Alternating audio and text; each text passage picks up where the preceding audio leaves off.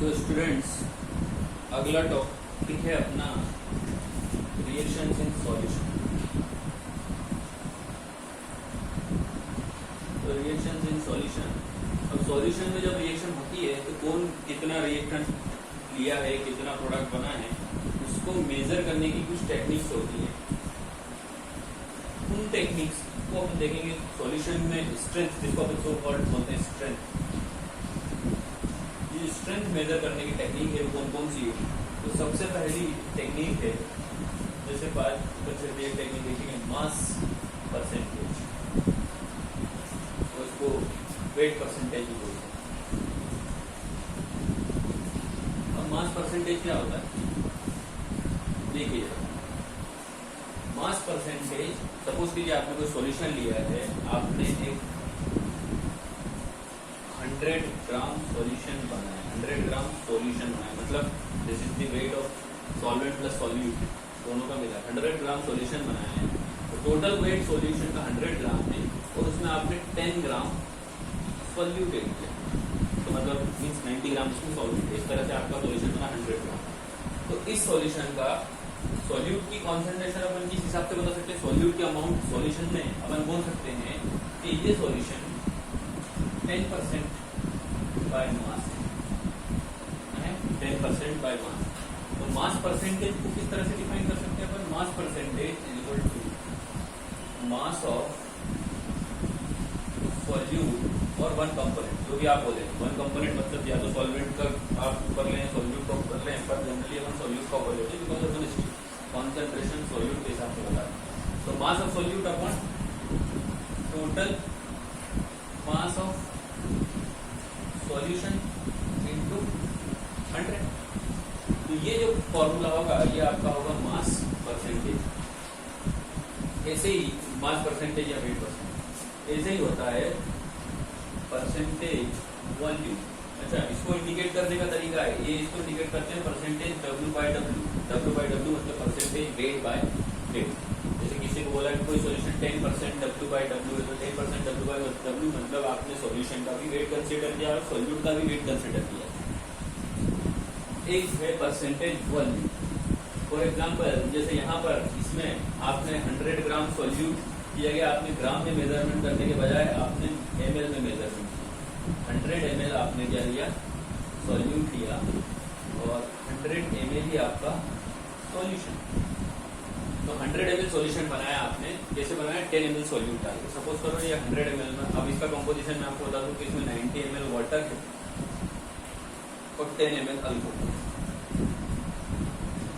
तो क्योंकि लिक्विड्स को अपन वॉल्यूम, लिक्विड्स का अपन वॉल्यूम मेजर करते हैं, इसलिए इनका वॉल्यूम मेजर किया है। तो यहाँ पर इस सॉल्यूशन की स्ट्रेंथ अपन क्या बोलेंगे, भैया इसकी स्ट्रेंथ है 10% V by V, 10% V by V. अब 10% V बाई वी कैसे, इसलिए परसेंटेज वॉल्यूम निकालने के लिए, परसेंटेज V बाई वी निकालने के लिए अपन लिखेंगे volume of solute upon total volume of solution into 100। इस तरह से आपको मिल जाएगा परसेंटेज V बाय वी। तो percentage V by V, percentage W by W, ये दो बहुत ही फेमिलियर टर्म्स होंगी जब आप आगे केमिस्ट्री पढ़ेंगे 11th में। इसके बाद एक और है जिसमें मास और वॉल्यूम का मिक्सचर, उसको बोलते हैं परसेंटेज W बाय V। मतलब जब आप सॉल्यूट का मास कंसीडर करेंगे लेकिन पूरे सॉल्यूशन का वॉल्यूम कंसीडर करेंगे, इसलिए इसको बोलते हैं परसेंटेज W बाई वी। बहुत ज्यादा यूज नहीं होती है टर्म, फिर भी अपन इसको देख लेते हैं।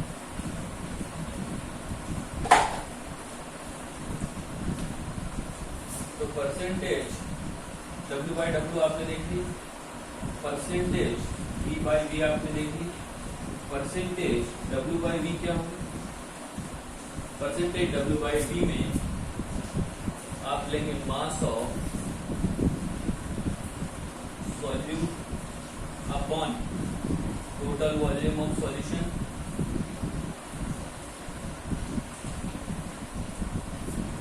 इनटू 100।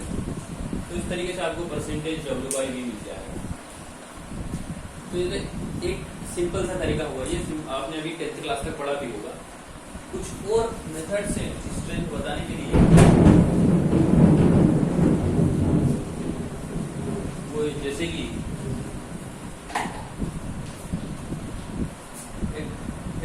Molarity,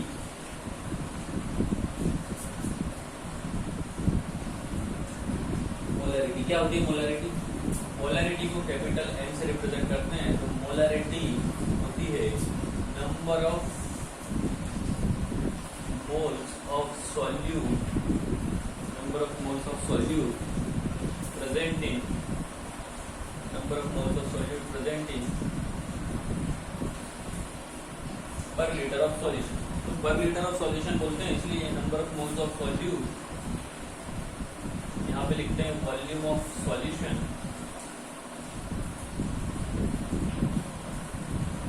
in litre. ये होती है आपकी molarity, number of moles of solute divided by volume of solution in litre. तो अपन डिफाइन जब करते हैं molarity is the number of moles of solute present in पर लीटर, क्योंकि जब आप पूरे वॉल्यूम से डिवाइड करते हैं तो आपको जो नंबर मिलता है वो आपको पूरे सॉल्यूशन में, सॉरी पर लीटर सॉल्यूशन में प्रेजेंट होने वाले नंबर ऑफ मोल्स को दिखाता है। तो अगर आप इस सॉल्यूशन को, इस वॉल्यूम को number of moles of solute upon volume of solution in ml लिखेंगे, तो यहाँ पर आप अगर आप मिलीलीटर में लेते हैं तो यहाँ पर आप 1000 से मल्टीप्लाई करेंगे। तो ये हुई मोलैरिटी। एक टर्म और है इसी की जैसी, मोलैरिटी, सॉरी मोलैलिटी, ये थी मोलैरिटी, मोलैलिटी, यहाँ पर R था, मोलैरिटी, यहाँ पर L, मोलैलिटी। तो मोलैरिटी क्या है? मोलैरिटी भी ऐसी कैसी, जरा ध्यान देना डिफरेंस क्या है। इसको रिप्रेजेंट करते हैं स्मॉल एल। तो molarity number of moles of solute presenting पर केजी ऑफ सॉल्वेंट। इसीलिए यहाँ पर अपन लेते हैं वेट ऑफ सॉल्वेंट। ये ध्यान दें, यहाँ पर एक तो वेट लिया है, वो भी किसका लिया है? सॉल्वेंट का। इसमें मोलैरिटी की केस में आपने वॉल्यूम लिया था, वो भी किसका लिया था? सॉल्यूशन का। यहाँ पर वेट लेते हैं और वो भी किसका लेते हैं? सॉल्वेंट का, और वो भी किसमें? इन केजी। हर केजी सॉल्वेंट प्रेजेंट सॉल्यूट के अमाउंट को ही क्या बोलेंगे अपन? मोलैरिटी। अगर आप सॉल्यूट का वेट, सॉल्वेंट का वेट केजी में ना ले और वो ग्राम में ले रहे हैं,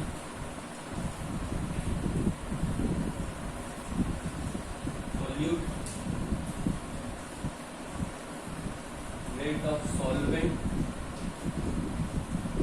इन ग्राम, तो आपको बताया क्या करना है? 1000 से यहाँ पर मल्टीप्लाई करना है।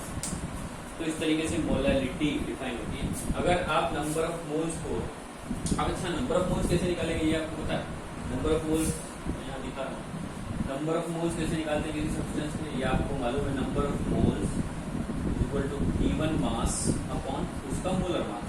जैसे कोई B नाम का सब्सटेंस है, उसका WB वेट आपने दिया है और उसका मोलर मास WMB है, तो नंबर ऑफ मोल्स उसके क्या होंगे? WB upon MB। तो यहाँ पर अगर सॉल्यूट को B माना जाए तो WB upon MB will give you number of moles और volume of solution in millilitre into 1000। जैसे ही मोलैरिटी के केस में WB अपॉन MB, लेकिन अगर सॉल्वेंट को अपन कैपिटल ए से रिप्रेजेंट करते हैं, याद रखना हमेशा केमिस्ट्री में अपन B को से सॉल्यूट को रिप्रेजेंट करेंगे और A से किसको रिप्रेजेंट करेंगे? सॉल्वेंट। तो यहाँ पर सॉल्वेंट के लिए, क्योंकि वेट ऑफ सॉल्वेंट है, तो वेट के लिए आप यूज करेंगे WA। क्योंकि अगर W आप ग्राम में ले रहे हैं तो इसको अपन 1000 से मल्टीप्लाई करें।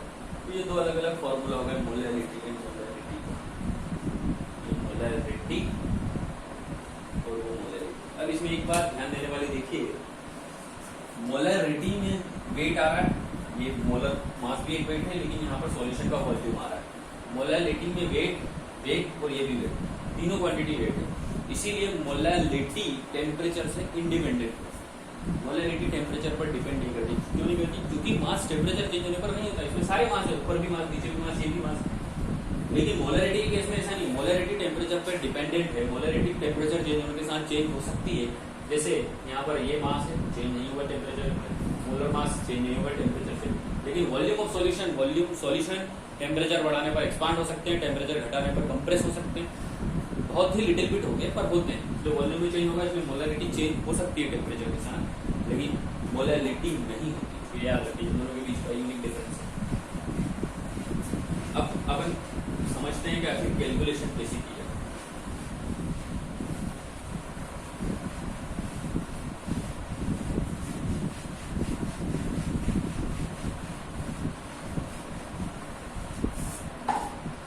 मान लीजिए आपने 180 ग्राम ग्लूकोज वाटर में ऐड किया है,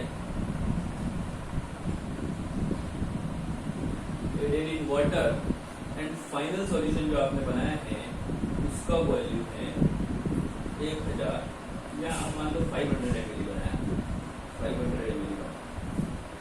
तो आप इसकी मोलरिटी कैलकुलेट कीजिए। क्या कैलकुलेट करना है? Molarity.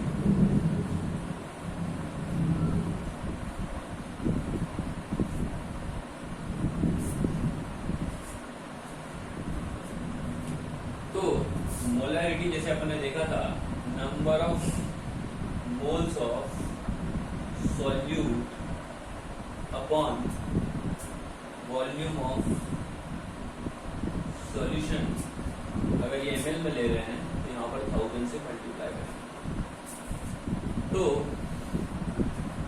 Number of moles of solute कितने, ये अपन ने देखा था WB upon MB, given weight upon उसका मोलर मास। यहाँ पर आपको दिया होगा क्वेश्चन में ग्लूकोज का जो मोलर मास है वो MB इक्वल टू होगा 180 ग्राम पर मोल, ये दिया होगा क्वेश्चन।